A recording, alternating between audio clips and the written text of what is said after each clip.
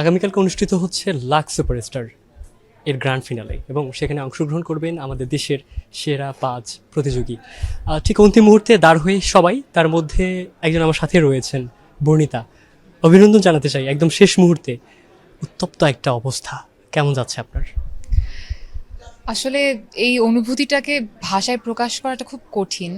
অনেক nervous feel হচ্ছে এবং এটাও মনে হচ্ছে যে এত লম্বা একটা জার্নির ইতিটা এখন টানছি আমরা সবাই একসাথে। তো সেটা অনেক সাররিয়াল একটা ফিলিং, মানে বিটার সুইট। ভালোও লাগছে, টেনশনও হচ্ছে, সব মিলিয়ে আর কি চলছে এভাবে। বর্ণিতা, আসলে জীবনে চলার পথে কিছু কিছু পরিবার হয়ে ওঠে, তার মধ্যে লাক্স একটা অন্যরকমের একটা মাইল ফলক এবং একটা চমৎকার পরিবার আপনাকে দিল। সেই সদস্যদের উদ্দেশ্যে কি বলতে চান এবং এই জার্নির ক্ষেত্রে এই পরিবারটা কতটুকু ভিন্নতা দিল আপনার? 200-র বেশি সার্ভিস ও ফিচারে লেনদেনের সব বিকাশ অ্যাপে সম্ভব। আমি শুরু থেকে শেষ পর্যন্ত অনেক মানুষকে কাছে পেয়েছি এবং আমি যেভাবে বড় হয়েছি, আমি খুব একটা কর্নার অবস্থায় বড় হয়েছি। মানে আমার জীবনটাই ছিল আমার মাকে ঘিরে এবং আমার পরিবারকে ঘিরে। সো আমি খুব একটা বন্ধু বান্ধব এরকম সিচুয়েশন পাইনি। তো লাক্সে প্রথম এসে এতগুলো মেয়ে আমরা একসাথে থাকলাম এতগুলো দিন এবং অনেক কিছু আমাদের চড়াই উতরাই অনেক ছিল, মানে সেটা বলার বাইরে। আমরা একসাথে অনেক কিছু ফেস করেছি। সো আমি ছাড়া যে 11 জন ছিলেন আমাদের সাথে, তাদের সবার জন্য আমার আমার মন থেকে অনেক অনেক ভালোবাসা। সবাইকে আমি অনেক অনেক মিস করব, যদিও একসাথেই থাকবো, তবে এই স্মৃতিগুলো তো সবসময় মনে থাকবে। আর শুধু তারাই না, আমাদের সাথে যারা ছিলেন, আমাদের ব্যাকগ্রাউন্ডে যারা কাজ করেছেন আমাদের জন্য, পরিশ্রম করেছেন, তাদের সবাইকে আমি আমার মন থেকে অনেক অনেক ধন্যবাদ জানাতে চাই। অনেক কৃতজ্ঞ আমি। বর্ণিতা, হঠাৎ করেই সমগ্র দেশ জুড়ে একটা বৃহৎ কৌতূহল কাজ করছে, আসলে আপনাদের সেই স্বপ্নের ট্রফিটা মিসিং। অনেকে মনে করছে যে আপনাদের মধ্যে কেউ একজন হয়তো বা লুকিয়ে রাখছে। আপনার ঘরে সেই ট্রফিটা আছে কিনা? আমার ঘরে তো নেই এবং জানি না কার কাছে আছে। কিভাবে খুঁজে পাবো বা কি হবে সেটা আমি এখন খুবই কনফিউজড। আমাদের মতো তো আমরা রিহার্সেল করছি, প্র্যাকটিস করছি। ট্রফির কথা চিন্তা করতে গেলে আরো বেশি টেনশন হচ্ছে। সো এখন জানি না। শেষ মুহূর্তে এবং ব্যস্ততা আমরা মঞ্চে দেখলাম, এতক্ষণ ধরে আপনি রিহার্সেল করলেন, কি মনে হয় কালকে কতটুকু উপহার দিতে পারবেন এই বৃহৎ মঞ্চে? আমরা আমাদের তরফ থেকে সবটা দিয়ে চেষ্টা করছি এবং আমাদের পেছনে অনেকজন মানুষ অনেক পরিশ্রম করছে এবং আমি চাই যে আমরা 5 জন একসাথে, শুধু 5 জনই না, যারা যারা স্টেজে উঠবো আমরা সবাই সকলে মিলে মানুষকে এমন একটা মেমোরি উপহার দিতে পারি যেটা সবসময় তারা মনে রাখবেন, যে লাক্স সুপারস্টারের একটা গ্র্যান্ড ফিনালে হয়েছিল, এটা যাতে তারা মনে রাখেন। বর্ণিতার স্বপ্নটা আসলে কিভাবে এসেছিল এই সেক্টরে? কোন ভাবনাটায় আপনি আছেন? কোন সেক্টর নিয়ে কাজ করতে চাই বর্ণিতা? আমি ছোটবেলা থেকে অনেক পড়ালেখা ওরিয়েন্টেড ছিলাম। আমার মাও চাইতেন আমি উচ্চশিক্ষায় শিক্ষিত হই। এখনো পর্যন্ত পড়ালেখা ভালোভাবে চালাচ্ছি, চেষ্টা করছি।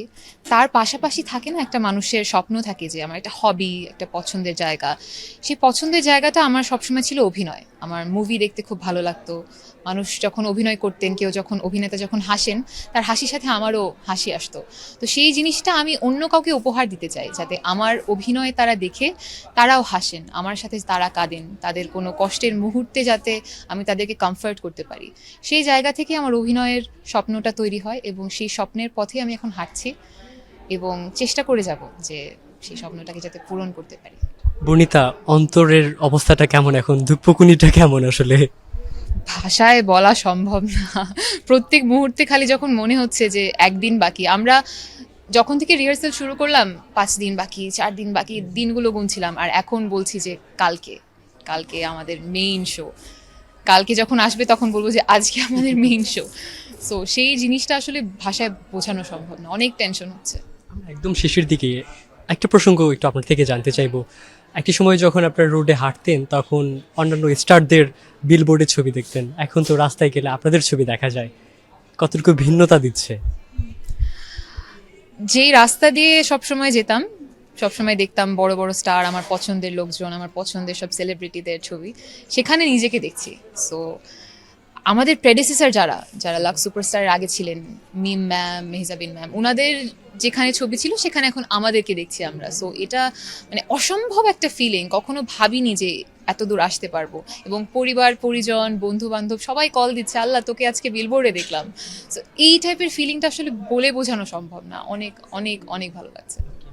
একদম শেষ প্রশ্ন, ট্রফি যদি আপনার কাঁধেই চলে যায়, আপনি যদি পান সেই ট্রফিটা, কাকে উৎসর্গ করবেন? অবশ্যই অবশ্যই আমার আম্মিকে। সবাই তাদের মাকে সবসময় সেই জায়গাটায় রাখে, তবে আমার কাছে স্পেশালি আমি বলবো, আমি যাই করি সবসময় তিনি আমার সাথে থাকেন এবং প্রতিটা মুহূর্তে আমাকে শক্তি যোগান তিনি। প্রত্যেকটা মোমেন্টে আমাকে কল দেয়া, আমার খোঁজ খবর নেওয়া এবং একসাথে সব কিছু আমরা একসাথে পার করে এসেছি।